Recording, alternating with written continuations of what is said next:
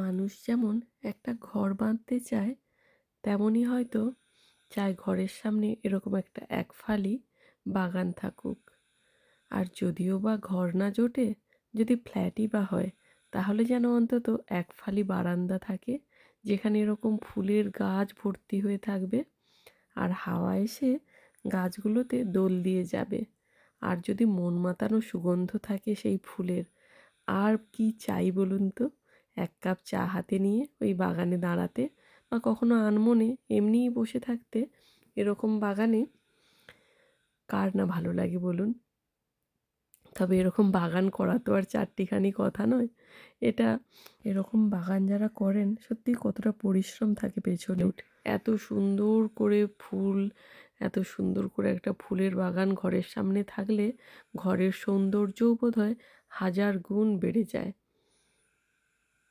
এটা আমাদের পাশের বাড়ির বাগান। তো আমি মাঝে মধ্যেই গিয়ে ফুলগুলোকে দেখে আসি, আর এরকম ছবি তুলতে তো ভীষণ ভালোবাসি। চিনেও করতে চিনে চিনেও করতে হবে, চিনে একটু করে না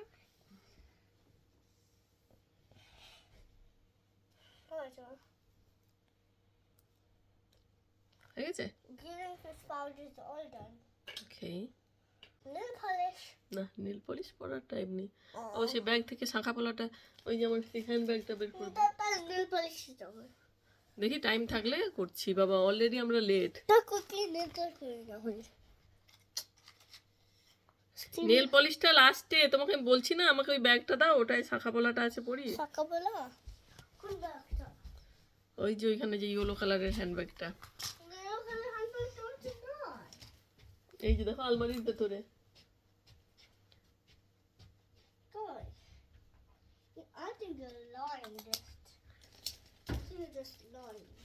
আরে না রে, সত্যি আছে।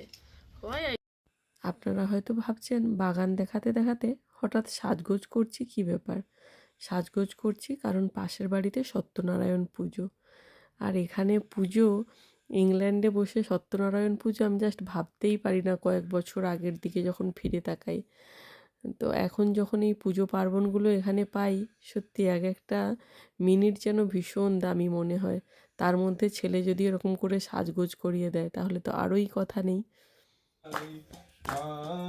जीवन काज रे मेरे प्रेम की धारी बात रे बात के मेरे मंगारे बात रे बात के मेरे मंगारे।